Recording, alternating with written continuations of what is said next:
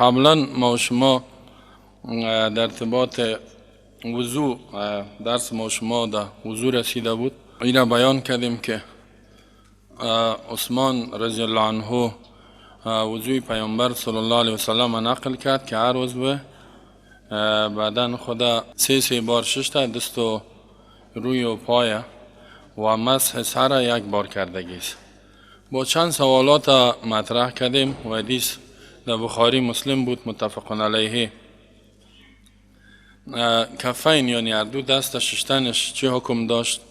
گفتیم به اتفاق علما سنت بود که 3 بار دستا شسته شود. حکم تقدیم مزمزه به استنشاق مستحب بود که اول مزمزه شود باز استنشاق، یعنی اول آب در دهن انداخته شود باز آب در بینی انداخته شود. فرایض وضو اینجا 6 دانه بیان کردیم. شستن روی بود، دستا تا اونجا، مس سر، شستن پای و ترتیب و موالات، یعنی پای در پای. تو نشه که یک عضو بشویی باز خوش شود باز دیگه شد. واجب در شمار غسل شستن اعضا فرض و چی بود؟ واجب 1 مرتبه بود، دیگرایش سنت و مستحب است. غیر از مس سر گفتیم دیگه اعضا 3 بار شسته می شود. حکم ازی که بعض اعضا شسته شود 1 مرتبه، بعض دیگهش 2 و 3. این چی بود؟ مثلا دست خدا روی خدا 1 مرتبه می شود، با دستای خدا 2 مرتبه، پای خدا 3 مرتبه. همین چطور بود؟ گفتیم یوم صحیح است، حکمش بیان کردیم. اگر که دو اختلاف بود ولی حدیث بخاری است که صحیح است.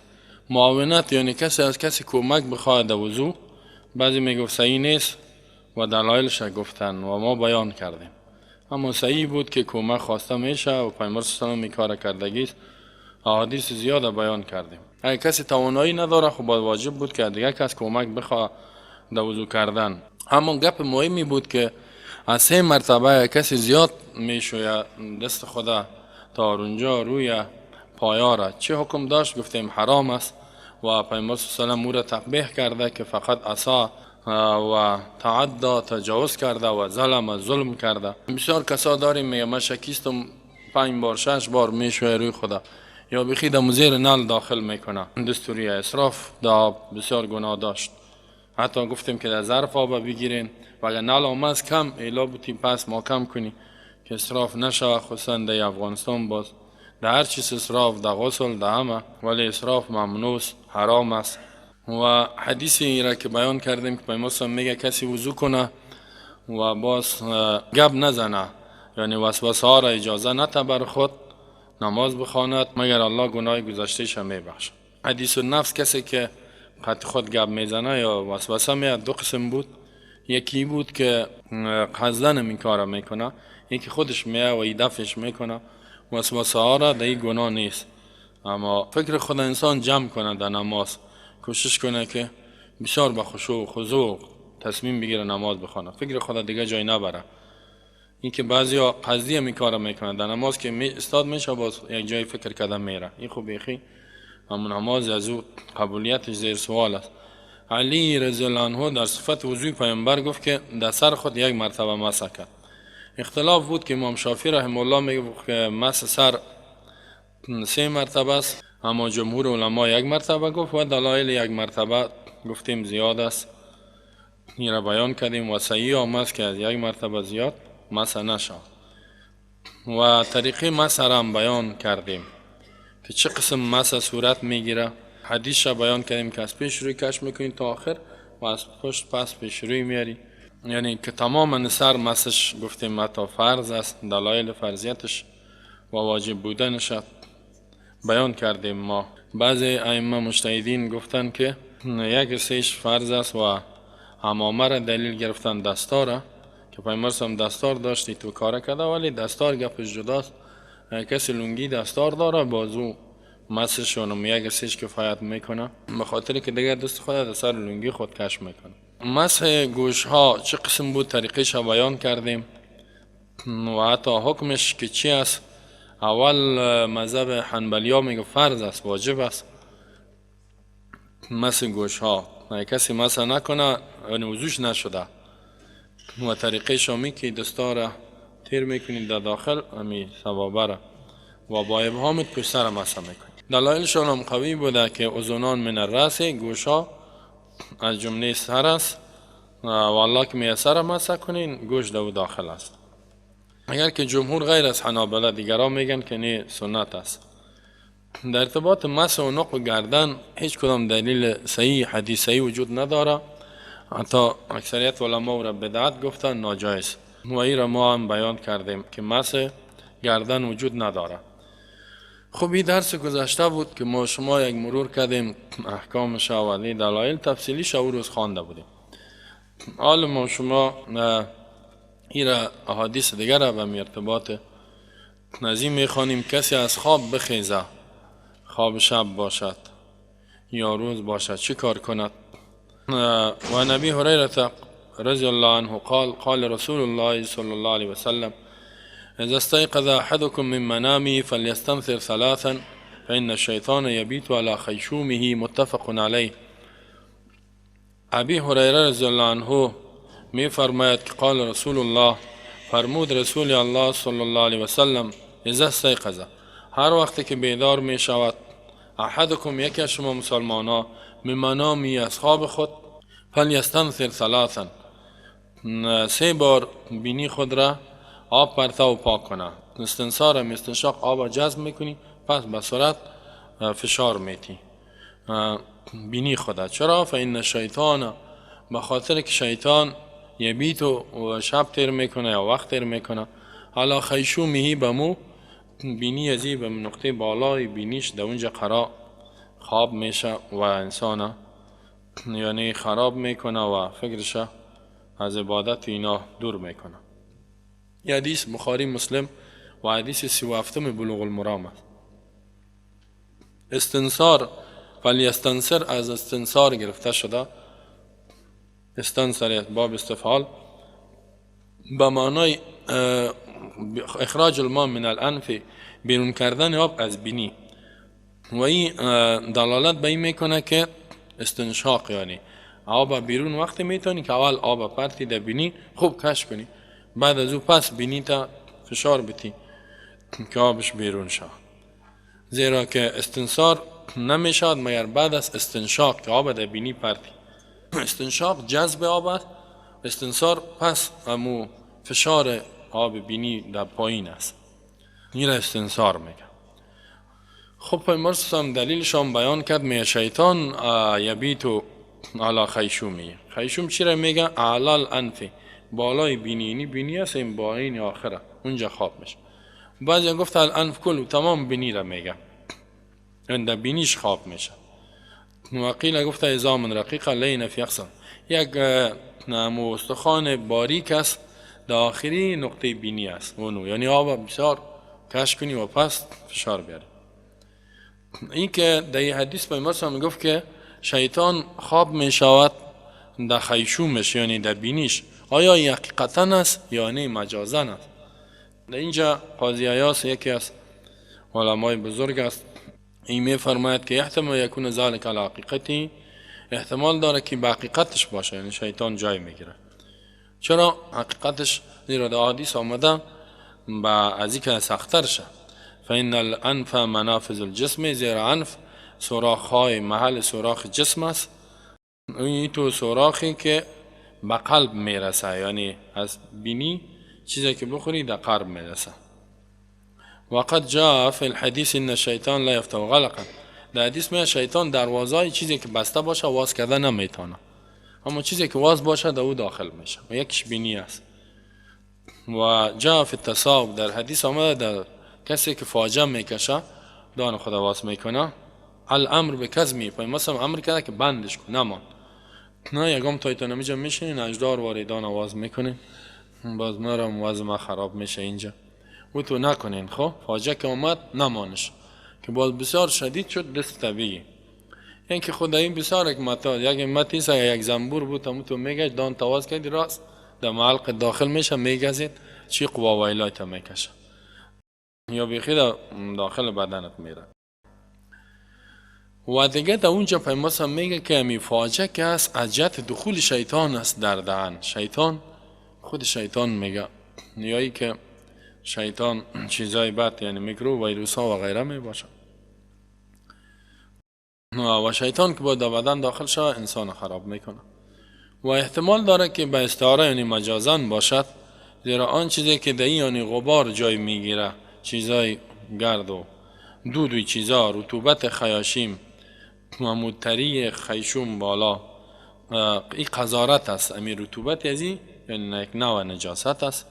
پس توافق شیطانی با شیطان موافقت میکنه، زیرا شیطان هم چیزی که نجس هم چیزا باشه خوش داره. یعنی انسان همیشه بینیش پاک باشه. خب کدامش این جنسه است که ما مجازن بگیریم یا حقیقتا؟ ولی اولش راجع و ظاهر است که یعنی شیطان حقیقتا جای میگیره و در جایی که شیطان باشه با انسان نمیمانه، به عبادت الله وسوسه میکنه.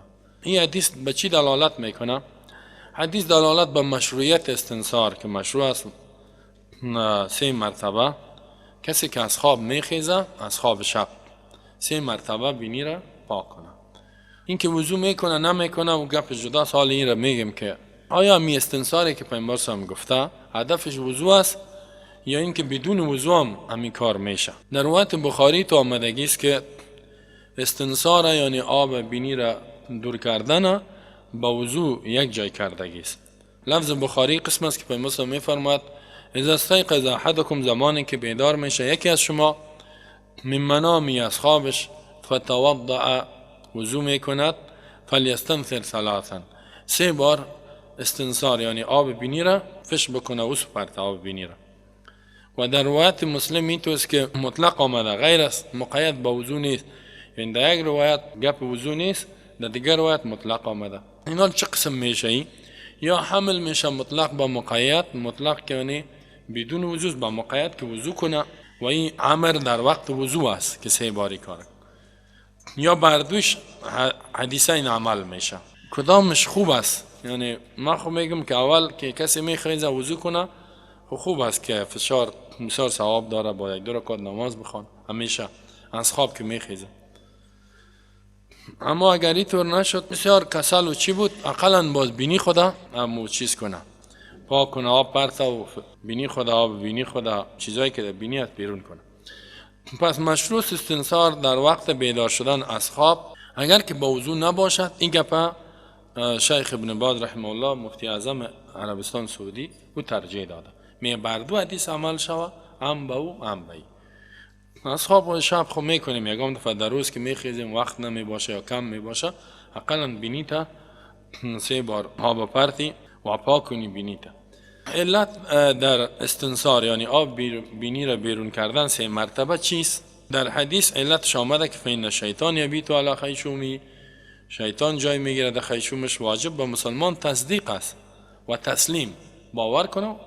بعضی اگر که تعبیر کرده که شیطان یعنی میکروب جای میگیره و ایتو میگه پیامبر صلی الله علیه و آله از میکروب تعبیر به شیطان کرده. این معاصر علما میگن به خاطر که شیطان میگه اگر پیامبر میگه میکروب یک چیز بسیار خرد که باز شما را میکشه، تو کسی باور نمیکرد، اما پیامبر صلی الله علیه و آله میگه از او تعبیر به شیطان. ولی ما او نمیگیم، شیطان هم میتونه این کار کنه و حتمی نیست و میکروب هم احتمالش زیاد است که میکروب هم جای بگیره. پس در اینجا فهمیدیم که از خواب میخیزیم این تو کار صورت بگیره. کدام خواب باشد، خواب روز یا شب باشد، در این اختلاف است، باز بسام برتا میگیم. و عنه اذا استيقظ احدكم من نومه فلا يغمس يده في الاناء حتى يغسلها 3 فانه لا يدري اين باتت يده، متفق علیه و هذا لفظ مسلم. از ابو هریره رضی الله عنه روایت است که اذا استيقظ، دیگه حدیث، وقتی که بیدار می شود، احدکم یکی از شما مسلمانا، من نومی از خواب خود، فلا یغمس یده فی الاناء، داخل نکند دست خود در ظرف آب، حتی یغسلها 3 تا 3 مرتبه بشوید دست خود، تا 3 مرتبه نشته دست خود در ظرف آب داخل نکن.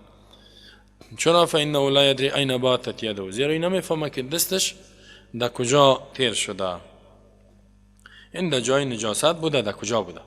متفق علیه، امام بخاری مسلمی را نقل کرده و هذا لفظ مسلم. این الفاظی را که بیان کردیم به این عبارت این لفظ مسلم است. پس در این حدیث پیامبر صلی الله علیه و سلم امر کرده کسی که از خواب بیدار میشه، خواب هم مقید نکرده به خواب شب، که یغسل یدیه ثلاثا، دستای خود 3 مرتبه بشویه. پیش از اینکه او در ظرف آب داخل کنه. آیا این امر بر وجوب و فرض است یا بر استحباب؟ مستحب است یا فرض؟ علما در این اختلاف دارن. اگر که پیامبر صلی الله علیه و میگه امر میکنه که دست خود داخل نکنه تا که بشویه، دست خود در ظرف داخل نکنه. علما اختلاف کردن. قول اول است که ان ذلک واجب، این واجب است، فرض است. کسی که از خواب میخیزه 3 بار دست خود بشویه. و این مذهب احمد ابن حنبل یعنی حنبلیه و داود ظاهری. چرا؟ به خاطر که حدیث میده امر آمده و امر تقاضای وجوب و فرضیت میکنه تا که دلیل و قرینه مخالفش نباشه.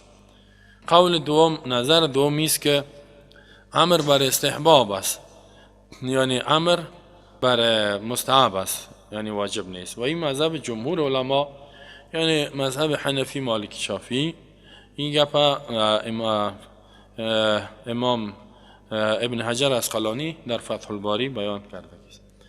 همین اختلاف علما را استدلال میکنن اینا به عدم وجوب. چرا میگه واجب فرض نیست؟ با وجودی که پیامبر امر کرده، به خاطر همین دلیلش پیامبر که گفت فین احدکم لا یدری، زیرا یکی از شما نمیفهمه که دستش در کجا تیر شده. میگه تعلیل به امر تقاضای شک میکنه. پس این قرینه صارفه از وجوب به ندبه، یعنی از فرضی را به مستحب آورد. زیرا پیامبر صلی الله علیه و دلیل گفت که زیرا این آدم نمیفهمه که دستش در کجاست و او که دستش در نجاست رفته باشه او هم یقینی نیست، و اگر نرفته باشه این هم یعنی مشکوک شد. وقتی که مشکوک شد پس مستحب است. یعنی سعی کنین یکم دفعه اختلاف که از علما پیدا میشه اینی تو دلایلش می باشه. دیگه ما و شما نباید سری گپا جنگ کنیم بگویم این تو شد و تو شد. امام چرا اختلافات هست در اسلام؟ نه، اختلافات نفرات نیست و مزه هیچ ضرر نداره. و به قولی و دیگه پر مثلا می فلیغسلها ثلاثا، این 3 بار بشویه. 3 بار که گفت میگه نجاستی که مقید باشد دور کردنش این عدد واجب نمیکنه. این ذکر عدد دلالت به این میکنه که امر به استحباب. 3 بار یعنی یک دفعه خو میشه. اگر هدف نجس می بود یک دفعه دور میشد. این دلایل همی جمهور علماست.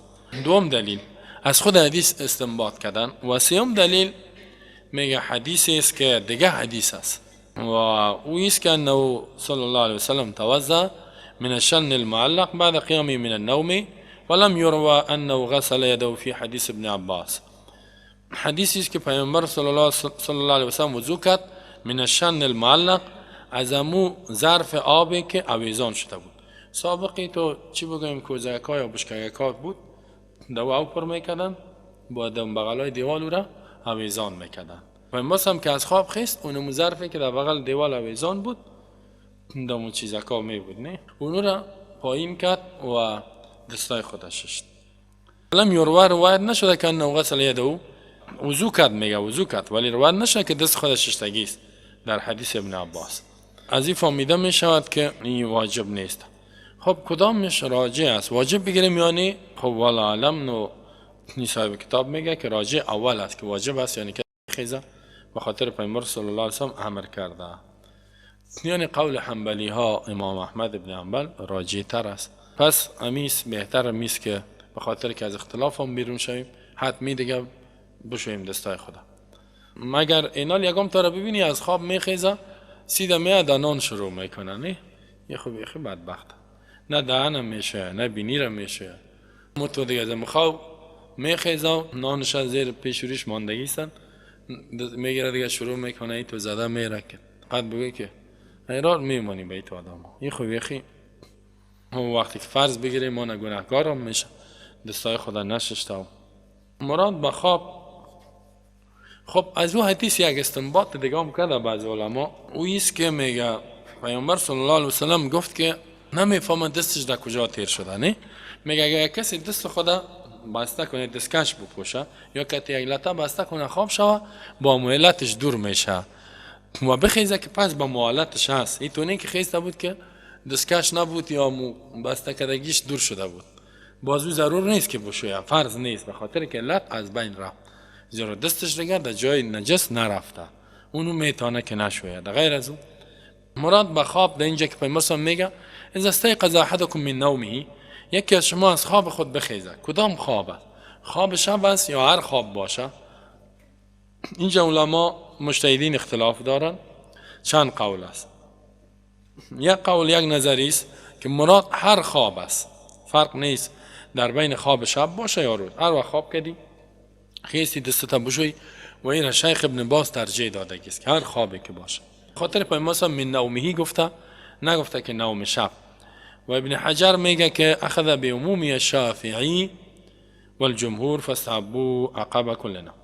میگه با عمومش امام شافعی رحمت الله علیه عمل میکنه خواب روز باشه شب، و جمهور علما مستحب میدانن این را عقب هر خواب روز یا شب که دستخواه 3 بار باشه. ولی تعلیل به خاطر علتش میگه فإن أحدكم لا يدري أين باتت يده، یکی از شما نمیفهمه دستش در کجا تیر شده. فإن ذلك يقتضي الحاق نوم النهار بنوم الليل، جرمی تقاضا میکنه ملحق شدن خواب روز به خواب شب. خواب روز به خواب شب داخل است. خب خاص خواب شب در بعض روایت آمده. چرا خاص شده؟ به خاطر غالبا اکثر انسان در شب خواب میشه، روز نی. یعنی دست خود در روز هم یک طرف میروه، یعنی علت خودی در روز هم موجود میشه. واقعا امی دلیل قوی است که در روز هم. قول دوم مراد میگه نوم اللیل خاصتا، خاص خواب شب است. این مذهب احمد و داوود ظاهری است. چرا؟ به خاطر در روایت ابو داود آمده اذا استيقظ احدكم من نوم اللیل، از خواب شب. این حدیث است. و دیگه که این باتت یده، دستش در کجا تیر شد، میگه بیتوتا لا تكون الا باللیل، این در شب می باشه، در روز نه. ولی این قول اگر که صاحب کتاب می راجع میست که خواب روز باشه شب باشه، زیرا بیتوتا یعنی دست در روز هم در یک جای تیر میشه دیگه. حکمت از ومو دلیل ابن باز قوی تر است و جمهور علما. حکمت از غسل یدین ثلاثا بعد الاستيقاظ من النوم قبل، یعنی چی حکمت و فایده است از شستن دست 3 مرتبه بعد از اینکه از خواب میخواد انسان، پیش از اینکه در ظرف داخل کنه. بعضیا گفته حکمتش معقول است، مدرک است، یعنی انسان او را میبینه، احساس میکنه، معنوی نیست. این چی است؟ جولان الید، تیر شدن دست فی بدن نایم، در بدن خواب کنده بدون احساس. یک کسی خواب کرده احساس نداره دستش در کجا میره، میشه که دستش در یک جایی برای که پاک نباشه، فقط تلامس و گاگای میگه دستش میرسه امکنتا من بدنی، مکانای بدنشه که لم یتم تطهیرها بالماء، غیر از بدون به دیگه چیزو پاک نمیشه. فتعلق بها نجاست به معلق میشه، جای میگیره به می خاطر. و بعضی گفته که نه تعبد است، معنیش معلوم نیست. مثلا همین گپ خوب است، به خاطر اگه کسی خیز دستش بوی کرد بوی هم نداد بخی پاکت، بازم پیامبر صلی الله علیه و امر کرده اگر که در ظاهرش چیز نباشه، ولی میکروب، حالی که میکروب چیزای نامرئی است میشه که جای بگیره.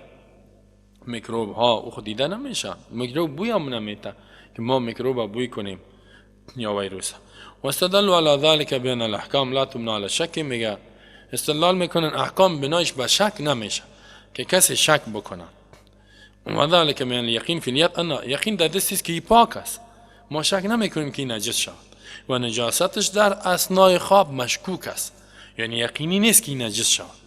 بنان این امر تعبدی میگیریم که الله امر کرده که کار کنیم ما باید بکنیم. این که بفهمیم نجاستش ببینیم یا نبینیم. در وزر صحیح پیش که فلا یؤمر بغسل النجاست، امر نمیشه به شستنش از جهت نجاستش، از جهت نجاست نیست، به خاطر یقین لا یزال بالشک، یقین به شک دور نمیشه. مثلا اصل در دست چیز یقینیش پاکه، حالی که شب خواب شد او شک شد، یقین به شک دور نمیشه. اگر ما علتش او بگیریم باز مجبور که اگر دست ما پاک بود او را نشویم و ما او گپ نیست، باید که دست بشویم، زیرا پیامبر امر کرده و این که نجس است یا نیست. فیکون الامر فی ذلک تعبدیاً، میگه امری که پیامبر کرده در اینجا تعبدی است، یعنی امر از طرف شارع است. شارع امر نمیکنه به تطهر از تنجس مشکوک، از نجاست مشکوک امر نمیکنه، از یقینی. پس اینجا یقین وجود داره. وقیل هو اختیار ابن تیمیه، بعضی گفته ابن تیمیه انتخاب کرده ان ما ورد فی الحدیث یشبه ما تقدمه، یه حدیثی که وارد شده مشابه آن چیزی است که قبلا بیان شد. من تعلیل الاستنار، استناره پیامبر صلی الله علیه و آله استنصاره دلیلش چی بیان کرد؟ که شیطان یبیت علی خیشوم الانسان، شیطان جای میگیره. و مراد میگه ممکن است که اراده شد در این حدیث ما خوش من عبث شیطان، آنچه که ترس میشد از ساتیری شیطان به دست انسان و ملامست دست انسان شیطان در بدن خود ده و ساتیری کنه. مما قد یؤثر علی الانسان، کی تاثیر بکنه در انسان وقتی که دست انسان در وجود شیطان بخوره بازی در وجود ازی تاثیر کنه. و گاهی علت از علل مؤثره است که شاید الان نهان نصب الاعتبار. پس حدیث اینجا شاهدی میته. اصل میست که ما و شما علتش نمیگیم که نجاست یقینی، بلکه علتش تعبدی است که کار کنیم. ما حکم ما اینجا یک سوال پیدا میشه در ذهن ما و شما وقتی که کسی از خواب میخیزه و سطل است، اینجا یک ظرف است دیگه دولم وجود نداره، چی کار کنه؟ یک تشت بسیار کلان است، هیچ دوله وجود نداره. حالی دست خود چی قسم کنه؟ این تشت هم شور داده نمیتونه یا میتونه، ای چی کار کنه؟ اگر میتو آب میگیره یعنی دستش که اول که دیگه چیز نمیشه، میتو مستقیم از خواب خیز دست خود آب میگیره باز میشه، یک قسم میگیره. آیا می آب نجس میشه یا نه؟ حکم آبی که انسان دست خود در ظرف میزنه پیش از شستن دست از خواب میخیزی، خب احتمال است که نجس باشه، احتمال است نباشه. نجاستش هم ظاهری نیست. اینا لمی دست که میزنه چطور میشه؟ جمهور علما ائمه مجتهدین میگن نجس نمیشه و به طهوریتش باقی میمانه. آب پاک اگر که دست خود بزنه، حتی جنوب هم اگر باشه، دست خود بزنه آب نجس نمیشه. چرا؟ لأن النبی صلی الله علیه وسلم نهى عن غسل اليد ولم يتعرض للماء. پیامبرم از داخل کردن دست یاد کرد و آب نگفته می دستان آب داخل نکنید، اما نگفته که آب نجس میشه، بلکه برعکس میگه که ان الماء طهور لا ينجسه شیء. آب پاک است، هیچ چیزی رو نجس نمیکنه الا اذا تغیر لونه، مگر که رنگش تغییر بخوره، او طعمو یا مزیش، او ریحو یا بویش تغییر بخوره. اگه این گپ شوه ما شما خواندیم نه قبلا. وحكي عن الحسن البصري أنه ينجس إن قام من نوم الليل، وحكي أيضا عن إسحاق بن محمد بن جرير الطبري. از حسن بصری تو حکایت شده، نقل شده که نجس میشه اگه از خواب شب بخیزه. و از اسحاق بن راهویه که هم محدث مجتهد است، محمد بن جریر طبری هم محدث هم مفسر و هم مجتهد است. ابن جریر طبری را شما شنیدین که بسیار تفسیر کلام. یا میگن که نجس میشه اگه از خواب شب بخیزه، دیگه خواب نه. ولی امام نووی میگه و هو ضعیف جدا ضعیف بیخی گپشان. چرا؟ اصل در دست آب پاکی است، دستم پاک است، آبم پاک است، مگر اینکه نجاستش ظاهری که نبود پاک است. فلا ينجس به شک نجس نمیشه. و قواعد شریعه متضافرة علی ذلك، قواعد شریعت یعنی بسیار زیاد است به این که نجس نمیشه. و ما شما دلیل هم خواندیم که ان الماء طهور لا ينجس شیئا، مگر اینکه رنگ یا تغییر بده. پس صحیح امیست که اگر که امی دستت ظاهرش نجاست نیست، دست میزنی این نجس نمیشه، آب میگیری. سابق ما را امی فشار سر ما آورده بودن، میگفتن که ای تو بسیار مصیبت ها میشد. بعضی وقت صد که ای تو میگرفتیم که حالی دست ما جنوب یا دست ما چیست، آب ایسو پرتیم سابقا بازی که سطل خطا میخورد اما آب گرم کلش میرفته. اوه دیگه یه جگ مصیبت جور میشد. باز ایران میماندیم، اگر دست میزدیم میگفتیم امی دسته که زدی کلی آب نجس شد، حالا هر قدر غسل میکنی غسل نمیشه، وضو میکنی وضو نمیشه. یه گپی بود که ضعیف بوده، امی گپ دلیلش ضعیف است. دلیلش چقدر یعنی این بیان خوبه میست که نجس نمیشه و دلیل صحیحش هموست که ما حدیث بیان کرد. نه لا ان الماء طهور لا ينجسه شیء، هیچ آب پاک است، هیچ چیزی رو نجس نمیکنه مگر اینکه رنگ و بویش تغییر بخوره که به اجماع و ثابت شده بود، نه قبلا خواندیم. و لقیط ابن صبرتا قال رسول الله صلی الله علیه وسلم اسبغ الوضوء وخلل بين الاصابع وبالغ في الاستنشاق الا ان تكون صائما، اخرجه الاربع وصححه ابن خزیمه ولابي داود في روايه اذا توضأت فمزمز. حدیث 29 بسیار یک حدیث زیبای دیگه است، 29 بلوغ المرام که حدیث احکام است دیگه، نه ما شما حدیث احکام میخوانیم. لقیط ابن صبره رضی الله عنه یک صحابی جلیل قدر است، میفرماید قال رسول الله صلی الله علیه وسلم، فرمود و هدایت داد رسول الله صلی الله علیه وسلم، امر کرد چه گفت؟ اسبغ الوضوء، وضوء تا کامل بکو. هم صحابی را گفت و خلل بین الاصابع، و در بین انگشتای دست و پای چه بکو؟ خلال بکو، یعنی بمال بین زیرا آب تیر کو. و بالغ فی الاستنشاق، در استنشاق یعنی آب که دبینی میپرتی خوب مبالغه کو، یعنی خوب کش کو که عید دمی فرق سرت براوه. چیزی که اگام گرد و غبار است بی افتعال، یعنی نگاه طبی هم غیر تحقیق کردن میگه این قوی فایده داره. حتی امروز گفتن کسی در روز 5 مرتبه بینی خود چیز کنه این مریضی ها مبتلا نمیشه. الا ان تكون صائما، مگر که روزادار باشی، به خاطر که مبالغه کنی آب میره در معده. اخرج الاربع، اربعه نقل کرده، اربع چهار امام حدیث کی بود؟ ابو داود، ترمذی، نسائی، ابن ماجه و صحیح ابن خزیمه جمله محدثی می حدیث صحیح است و واقعیتش صحیح است. ولی ابی داود در روایت ابی داود در یک روایتی تو آمده اذا توضأت فمزمز، وقتی که وضو میکردی امر است مزمزه بکو، امر کرده پیامبر. مزمزه یعنی آب در دهن پرتو، مزمز. خب ما شما الفاظ حدیث توضیح میدیم. ما من الاسباغ، معنای اسباغ چیست؟ پیامبر میگه که وضوی تا اسباغ بکنی، فاسبغ الوضوء. اسباغ چی را میگه؟ اسباغ به معنای اکمال، کامل کردن وضو و اعطای هر عضو حق، هر عضو که وضو میشه حقش پوره کو، یعنی درست بشویش، درست وضوی تا انجام بده. اینطوری که تو تیز میپرتی خشک میمانه، خوب بمال، خوب دزدی، خوب آب برسان. و منه قولم درون سابقه، مثلا عربا میگن درون سابقه، زری سابقه. زری سابقه چی معنی؟ اذا کان طویله، که خوب دراز باشه، تغطی البدن، کل بدن بپوشانه، یعنی خوب کامل درست، حتی اونجا نمانه. بسیاری من میبینم وضو میکنه خشک میمانه، دستش پایش قسمی وضو میکنه، خوش ماندنش خب بخی گناه هم داره یا صحیح وضو نمیکنه. حکم اسباغ وضو چی است؟ اینجا خب پیامبر امر کرد، آیا فرض است یا مستحب؟ در اینجا اختلاف علما است. اول نظری است که اسباغ وضو واجب است، یعنی فرض، و امی تکمیل کردن وضو دو نوع است، یکش واجب است، یک نوش ویست که وضو کامل نشه مگر به مو کامل، ویست که باید آب در کل جایت برسانی. مراد به این غسل محل است، اما محلی که فرض است او را بشویید، دست تا اونجا، روی پای و مس سر و استیاب دیگه کلش شامل شدن، کلش این خود فرض است بلا اختلاف، دیگه اختلاف نیست.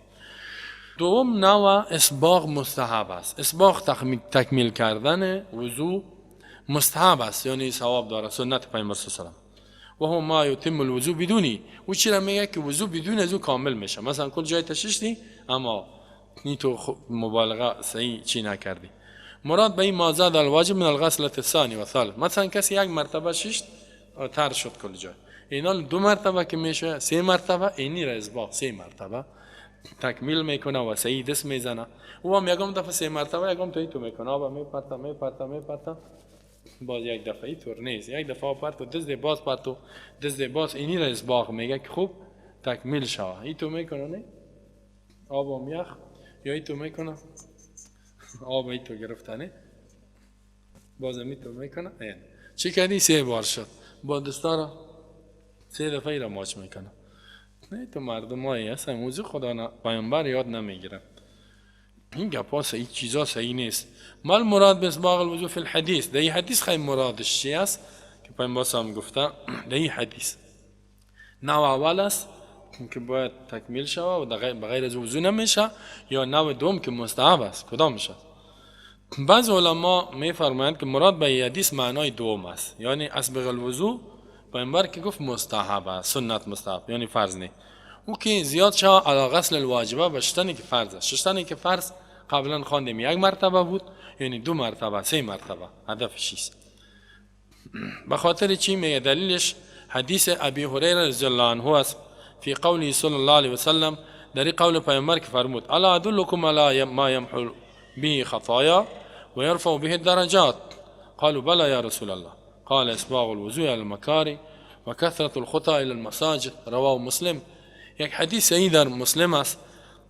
با ارتباط تایید این حدیث کسایی که میگن که هدفش که سنت و مستحب است، میگه پیامبر صلی الله علیه و سلم فرمود به صحابه آیا شما را خبر نتم با او عملی که گناه ها را محو میکنه، از بین میبره، و یرفع به درجات بلند، گناه ختم میشه، درجه بالا میشه، درجه عمل انسان. سبحان الله. قالوا صحابه گفتم بلا زود نشان بده چی عمل باشه که گناه را ختم کنه، ما بخصوص گناهگار هستیم و درجات ما را بالا کنه. واقعا گناه که ختم شه باز عمل کنی درجه بالا میره. قال گفت اسباغ الوضوء علی المکاره، کامل کردن وضو در سختی ها، در سختی ها، حالتی که سختی می باشه. و کثرت الخطا الی المساجد، زیاد رفت آمد کردن به مسجد، خصوصا خانه کسی که دور است این بسیار نیکبخته. 5 وقت میره 15 تا 20 دقیقه میره 20 دقیقه میره، 15 دقیقه میره 15، نیم ساعت میره نیم ساعت میره، 5 وقت. این که میری گناهت محو میشه، درجاتت بلند میشه. در هر قدم یک گناه محو میشه و یک درجه انسان بالا میشه و یک حسنه و نیکی الله میده. قدر یعنی وای به این کسایی که در مسجد نمیرن. نه بسیار در این بغل که هستن بدبختای مسجد ما هیچ نمیان در جماعت قطعا، ریششام سفید.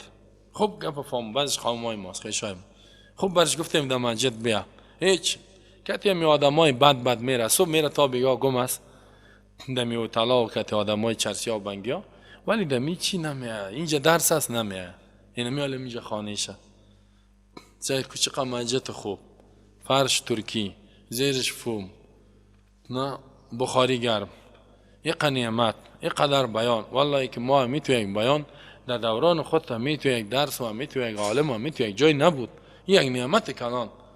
مثلا ازی چقدر مصرف شده میفهمید. یک ساعت که ما در دیگه جای درس بتیم 1000 پا میگیریم کم از کم، 2 ساعتش 2000، مای 60000. ما از او پیسه هم نمیگیریم، نه لله فلا درس میتیم. ولی سایکو که مردم چقدر بی سپاس است، چقدر ناسپاس است. بار آدم باید بخونه. این ما 60000 تیر هستم اینجا درس میتم، یکم تا 3000 خود مصرف نمیکنه که همو ترانسپورت بتا بیا اینجا در درس شرکت. میگم کرای را که میتم، کرای را هم سردگاه میپرتم. ای بدبخت، خودت ثواب کار نداری، یک نفر پیدا شه یک موتر با ما بگیره، خودش چقدر مصرف میکنه، حال تو چرا ثواب بگیره، حال خودت ثواب نمیگیری، خودت چرا نمیکنی این کارا؟ وجه دلالت است ان رسول صلی الله علیه وسلم اثنى علی من اسبغ الوضوء، میگه پیامبرم صفت کرد کسی که وضو را تکمیل کنه و بیان فضله و فضلش بیان کرد. و هذا لا يكون الا بزیاده على قدر الاجزاء، این نمیشه مگر به زیادت به مقدری که کفایت میکنه، یعنی 3 مرتبه بشه. اینجا یک سوال دیگه است که بعضی احادیثی که در اسباغ وضو است او چی است؟ این را میخوایم به خاطر تشویق شما بیان کنیم.